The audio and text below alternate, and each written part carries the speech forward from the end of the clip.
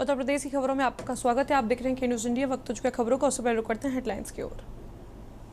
CM Yogi Adityanath का बरेली आज 223 परियोजनाओं पर लोकार्पण और शिलान्यास करेंगे सीएम।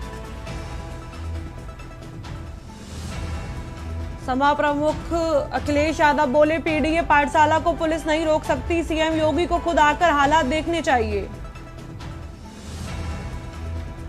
यूपी में असिस्टेंट प्रोफेसर 690 पद बढ़े, 1252 पदों पर होगी भर्ती। बाढ़ से 3 लाख प्रतियोगी छात्राओं ने प्रयागराज छोड़ा, बोले यहां कोई व्यवस्था नहीं, अब घर जा रहा हूं। वाराणसी में खतरे के निशान पर 97 सेंटीमीटर ऊपर गंगा, बीएचयू ट्रॉमा सेंटर में महज 800 मीटर दूर पानी। यूपी के 31 जिलों में भारी बारिश का अलर्ट, काशी में पीपा पुल बहा, झांसी में डैम में डूबे 2 युवक। आप देख रहे हैं के न्यूज़, खबरों का सारथी। बरेली से आपको बड़ी खबर बता रहे हैं। सीएम योगी आदित्यनाथ का बरेली दौरा। आज सीएम के दौरे को लेकर प्रशासन ने पूरी की तैयारियां। विशाल पंडाल में होगी सीएम योगी की जनसभा।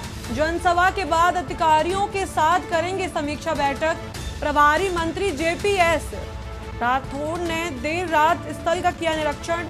सीएम योगी की जनसभा स्थल का किया निरीक्षण। 1500 से ज्यादा पुलिसकर्मी रहेंगे सुरक्षा में तैनात। ड्रोन से होगी सीएम योगी के कार्यक्रम की निगरानी। 223 परियोजनाओं का लोकार्पण, 322 परियोजनाओं का शिलान्यास। मंडल के प्रतिनिधियों के साथ सीएम योगी करेंगे बैठक। सुबह करीब 10 बजे बरेली पहुंचेंगे सीएम योगी। 1.25 घंटे की बैठक के बाद सीएम योगी जाएंगे जनसभा। जल स्थल सर्किट हाउस में करेंगे सीएम योगी आदित्यनाथ बैठक। रोजगार मेले में निजी कंपनियां करेंगी 6000 पदों के लिए चयन। मंडल को मिलेगी 129 करोड़ की लागत से बने यूनानी मेडिकल कॉलेज। सीएम के कार्यक्रम से शहर भर में रहेगा रूट डायवर्जन।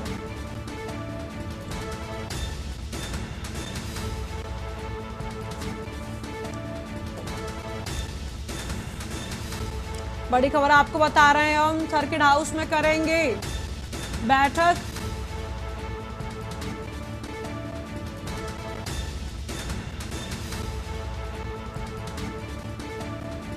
अहम जानकारी आपको हम बता रहे हैं, सीएम के कार्यक्रम से शहर भर में रहेंगे रूट डायवर्जन।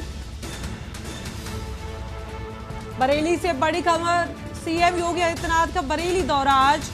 अहम जानकारी आपको बता रहे हैं, बरेली से सीएम के दौरे को लेकर प्रशासन ने की पूरी तैयारियां। विशाल पंडाल में होगी सीएम योगी की जनसभा। जनसभा के बाद अधिकारियों के साथ करेंगे समीक्षा बैठक। बड़ी जानकारी आपको बता रहे हैं हम बरेली से।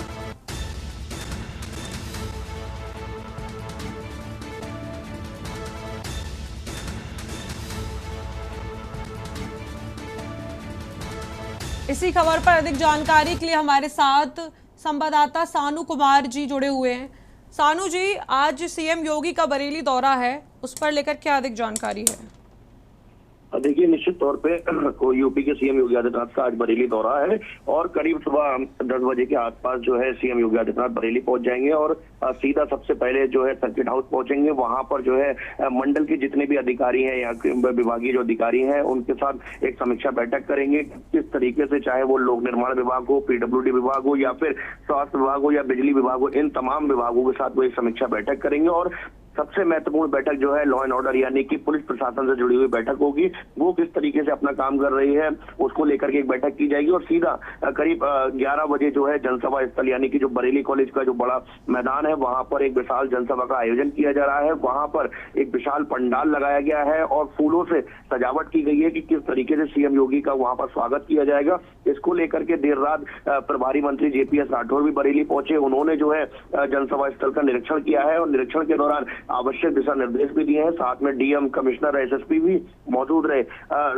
सीएम योगी आदित्यनाथ जो है 2263.83 करोड़ की 545 परियोजनाओं का लोकार्पण और शिलान्यास करने वाले हैं और साफ तौर पर से जो निजी कंपनियां आ रही हैं उनमें जो है करीब 6000 से ज्यादा जो है पदों पर भर्ती होगी और वहां पर जो है खुद सीएम योगी आदित्यनाथ भी मौजूद रहने वाले हैं। और साफ तौर पर से इस बार देखा जाएगा कि प्रदर्शनी जो कि जनसभा स्थल पर लगाई जाएंगी, जिसमें बच्चों का अन्न प्रशासन होगा, लाइव क्लास का डेमो दिखाया जाएगा, इलेक्ट्रिक चाक रोजगार हो जाएगा। इन तमाम जो यूपी में जो योजनाएं चल रही हैं उनको वहां पर प्रदर्शनी के द्वारा जो है लोगों को दिखाया जाएगा और किस तरीके से वहां पर तैयारियां की जा रही हैं वो दिखाई जाएंगी। साफ तौर पर से बात की जाए तो सुरक्षा व्यवस्था में करीब 1500 से ज्यादा पुलिसकर्मी जो है सुरक्षा में तैनात किए गए हैं।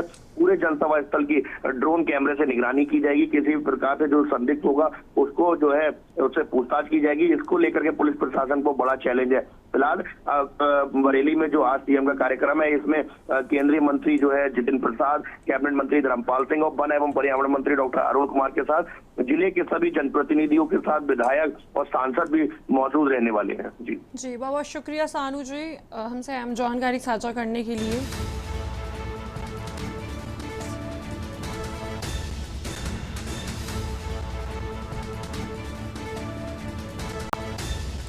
बड़ी खबर बरेली से, सीएम योगी आदित्यनाथ का बरेली दौरा आज। सीएम के दौरे को लेकर प्रशासन ने पूरी करी तैयारियां। विशाल पांडाल में होगी सीएम योगी की जनसभा। अहम जानकारी आपको बता रहे हैं बरेली से।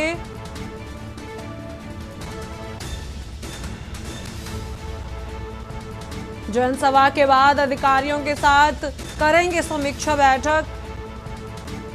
सीएम योगी की जनसभा स्थल का किया निरीक्षण। अहम जानकारी आपको बता रहे हैं बरेली से।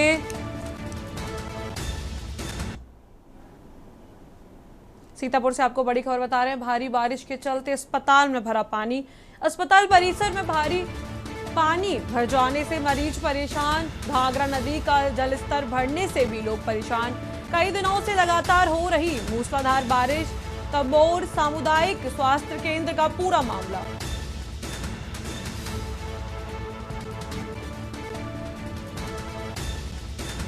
बड़ी जानकारी आपको बता रहे हैं। तंबोर सामुदायिक स्वास्थ्य केंद्र का पूरा मामला। भारी बारिश के चलते अस्पताल में भरा पानी। अस्पताल परिसर में पानी भरने से मरीज परेशान। घाघरा नदी का जलस्तर बढ़ने से लोग परेशान। बड़ी खबर आपको बता रहे हैं सीतापुर से। भारी बारिश के चलते अस्पताल में भरा पानी। अहम जानकारी आपको सीतापुर से बता रहे हैं। अस्पताल परिसर में पानी भर जाने से मरीज परेशान। घाघरा नदी का जलस्तर बढ़ने से भी लोग परेशान। अहम जानकारी आपको सीतापुर से बता रहे हैं। कई दिनों से लगातार हो रही मूसलाधार बारिश। तंबोर सामुदायिक स्वास्थ्य केंद्र का पूरा मामला। बड़ी जानकारी आपको सीतापुर से बता रहे हैं। भारी बारिश के चलते अस्पताल में भरा पानी। अस्पताल परिसर में पानी भर जाने से मरीज परेशान। बड़ी जानकारी आपको बता रहे हैं सीतापुर से। घाघरा नदी का जलस्तर बढ़ने से भी लोग परेशान।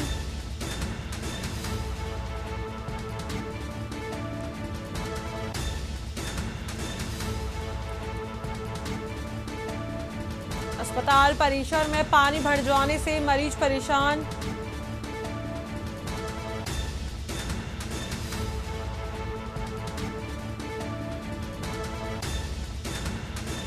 बड़ी जानकारी आपको बता रहे हैं सीतापुर से।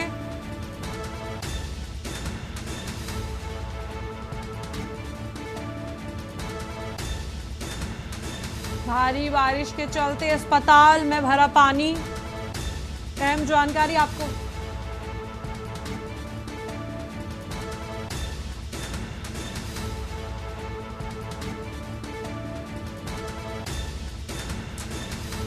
इसी खबर पर हमारे साथ अधिक जानकारी के लिए अबरार अली जी हैं। अबरार जी, अस्पताल परिसर में पानी भर जाने से मरीज परेशान हैं, ये पूरा मामला सीतापुर का है। इस पर क्या अधिक जानकारी है और प्रशासन द्वारा इस पर क्या कार्रवाई की गई है, क्या राहत कार्य किए गए हैं? ये आपको बताना चाहूंगा, ये सीतापुर के सामुदायिक स्वास्थ्य केंद्र तंबोर का पूरा मामला है, जहां पर नगर पालिका जो नगर पंचायत है उसकी लापरवाही सामने आई है, जिसके चलते नालों की शायद सफाई नहीं कराई गई, जिसके चलते अस्पताल परिसर में पानी भर गया है और मरीजों को आने जाने में काफी दिक्कतों का सामना करना पड़ रहा है। तो कहीं ना कहीं जो सवाल खड़े होते हैं कि 3 दिनों से लगातार बारिश हो रही है, इसके चलते पहले से ऐसे इंतजाम क्यों नहीं किए गए, जिसके चलते ऐसे अस्पताल में और सरकारी जगहों पर पानी भर जाता है और वहां पर लोगों को आने जाने में काफी दिक्कतें होती है, क्योंकि अस्पताल परिसर है और वहां पर तो मरीजों को और गर्भवती महिलाएं भी वहां पर पहुंचती हैं, तो उसको ले जाने में काफी दिक्कतों का सामना करना पड़ रहा है। ऐसे में प्रशासन से बात की गई तो उनका साफ तौर पर कहना कि जल्द से जल्द इसका पानी निकासी का कार्य किया जा रहा है। जी अबरार जी, जाहिर सी बात है कि पहले भी काफी बारिशें हुई है, तो पहले भी ये जो स्थिति है, पहले भी ऐसी स्थितियां बनी हैं?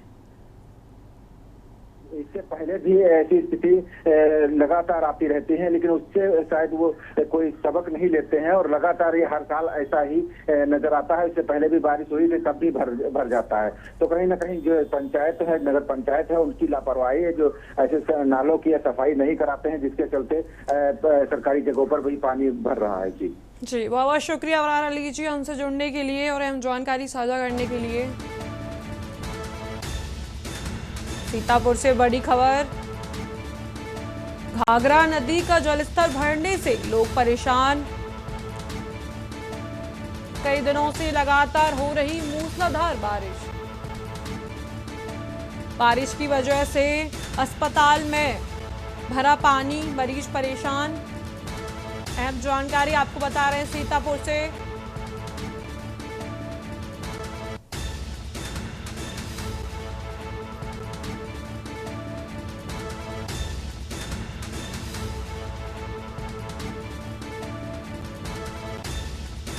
बड़ी जानकारी आपको सीतापुर से बता रहे हैं। भारी बारिश के चलते अस्पताल में भरा पानी।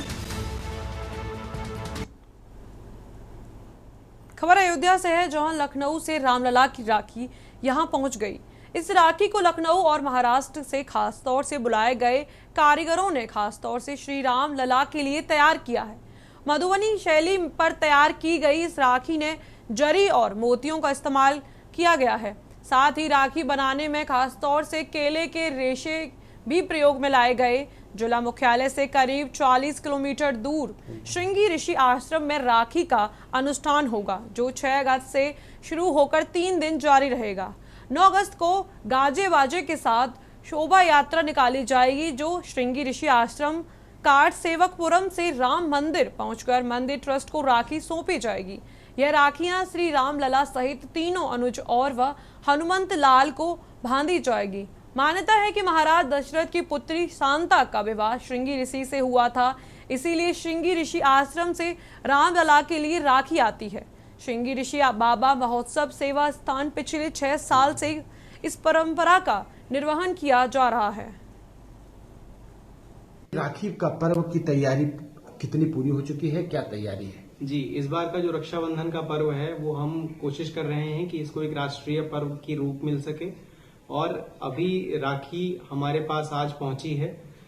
आज जो राम दरबार के लिए राखियां हैं, जो महाराष्ट्र के प्रसिद्ध राखीकार शत्रुघ्न जी राखी वाला के द्वारा निर्मित की गई हैं, एवं जो राम जी, लक्ष्मण जी, भरत, शत्रुघ्न जी के लिए जो राखियां हैं वो लखनऊ की एक कंपनी जूट फॉर लाइफ, उसके द्वारा जो हमारी बुआ जी हैं अंजलि सिंह जी और उनकी टीम, जो स्टाफ है उनका 101 महिलाओं द्वारा वो निर्मित किया गया है। अभी राखियों का पूजन अर्चन करके उनको रख दिया गया है और 6 तारीख से लेकर 8 तारीख तक उनका विधिवत पूजन किया जाएगा और 8 तारीख को शोभा यात्रा के माध्यम से ये राखियां राम जन्मभूमि तीर्थ क्षेत्र और राम मंदिर के पुजारियों को सौंप दी जाएंगी।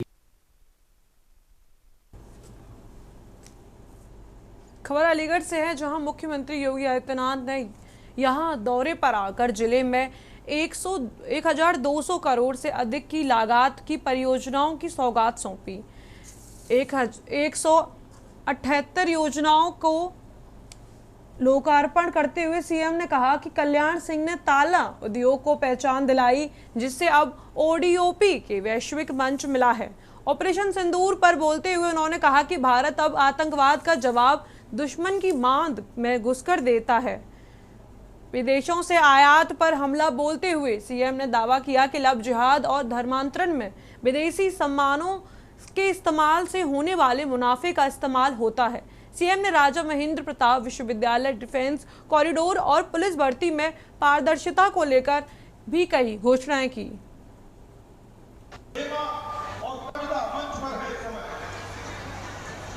57 करोड़ रुपए से अधिक की परियोजनाओं का उपहार रक्षाबंधन के ठीक पूर्व जनपद अलीगढ़। बोलो भारत माता की योगी भारत माता की। मंत्री महोदय से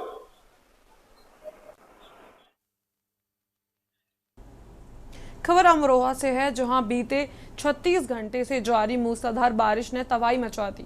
जिले में अलग अलग 8 मकान ढह गए, जिसमें 2 युवक की मौत हो गई, जबकि 15 अन्य लोग घायल भी हुए। 4 मवेशियों की भी जान जाने का दावा किया जा रहा है। कई इलाकों में घरों में पानी भर गया है, जिससे लोग मुसीबत में हैं। गंगा, यमुना समेत अन्य नदियां भी उफान पर हैं। प्रशासन ने रेड अलर्ट कर जारी किया है। साथ ही डीएम निधि गुप्ता ने नाव से बाढ़ प्रभावित गांव का दौरा कर हालातों का जायजा लिया है कि सुबह 7:30 बजे के करीब एक कमर आलम का मकान था, जो काफ़ी उन्होंने जो मकान की क्वालिटी उनकी देखने से ऐसी लगी कि मकान काफ़ी कमजोर स्थिति में बनाई गई थी। तो अचानक अतिवृष्टि के कारण मकान गिरने के वजह से एक लड़का जिसका नाम सुहेल आलम था और वो उसके नीचे दबकर थे, उसकी मृत्यु हो गई है। और दूसरा एक उसका भाई है, वो थोड़ा सा घायल है, जिसको कि वहाँ हॉस्पिटल में भेजा गया है। मैम, प्रशासन की ओर से जो है इनको क्या कुछ मदद जो है मुहैया कराई? प्रशासन की तरफ से इनको बता दिया गया है कि आप इसका पीएम करा लें, और पीएम कराने के बाद 24 घंटे के अंदर हम लोग इनको जो आपदा निधि से 4 लाख की धनराशि होती है उसको तत्काल दे देंगे। और जो मकान के लिए मकान इनका गिरा हुआ है, आंशिक क्षति हुई है, उसके लिए भी जो सरकार द्वारा निर्धारित धनराशि है उसको दे देंगे।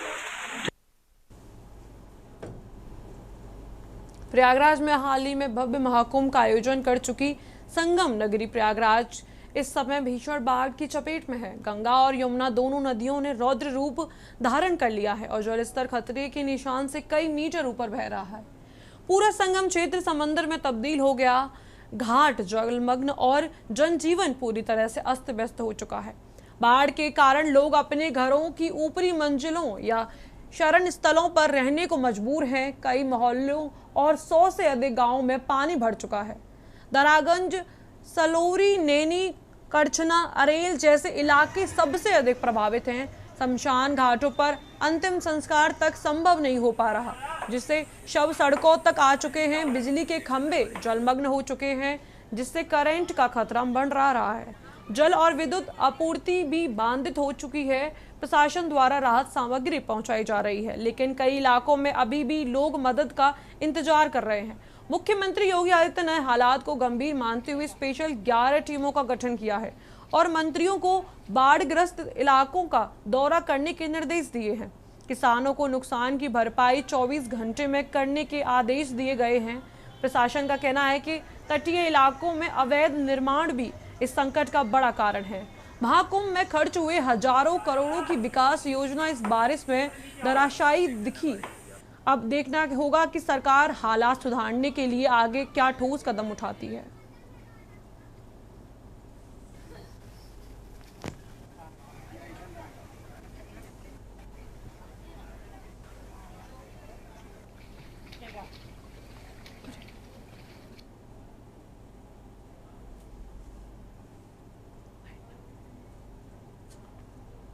खबर कानपुर से है, जहां जीएसबीएम मेडिकल कॉलेज में एनेस्थीसिया विभाग ने सेगमेंटल स्पाइनल निश्चेतना तकनीकी से बिना बेहोश किए कैंसर सर्जरी कर चिकित्सा क्षेत्र में नया मुकाम हासिल किया है।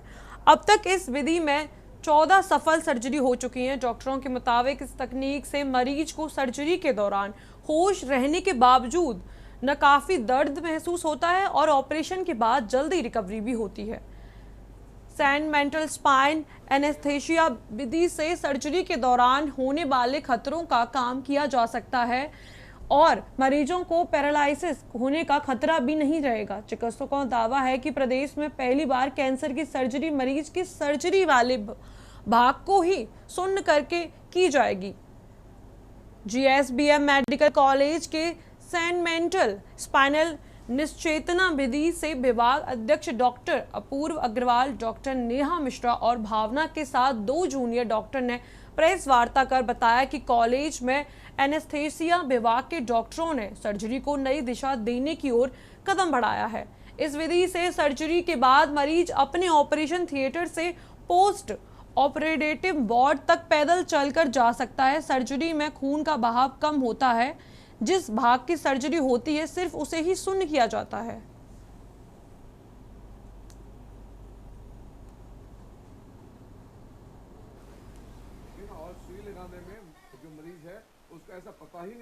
आज का जो हम लोगों ने प्रेस वार्ता बुलाई है उसका उद्देश्य ये है कि हम लोगों को एक जागरूक करना चाह रहे हैं कि हम लोग जो एक नई विधि से ऑपरेशन को संभव कर रहे हैं वो एक बहुत ही नई तकनीक है जिससे आराम इस चीज़ का है कि जो बहुत सारे मरीज हमारे हार्ट की रोगियों से पीड़ित हैं या जिनको सांस की नली से दिक्कत है, जैसे एस्थमा के मरीज हैं या जो COPD के मरीज हैं, क्रोनिक स्मोकर रहे हैं, उन मरीजों में पूर्णतः बेहोशी यानी GA जनरल एनेस्थीसिया देने में मरीजों को बहुत दिक्कत होती है और एनेस्थीसिया के डॉक्टर उन मरीजों को अनफिट कर देते हैं जिसकी वजह से वो ऑपरेशन संभव नहीं हो पाते हैं। तो ये हम लोगों ने एक स्पाइनल की विधि दुनिया में प्रचारित चल रही है। फिलहाल उत्तर प्रदेश की खबरों में इतना ही। आप देखते रहिए के न्यूज़ इंडिया।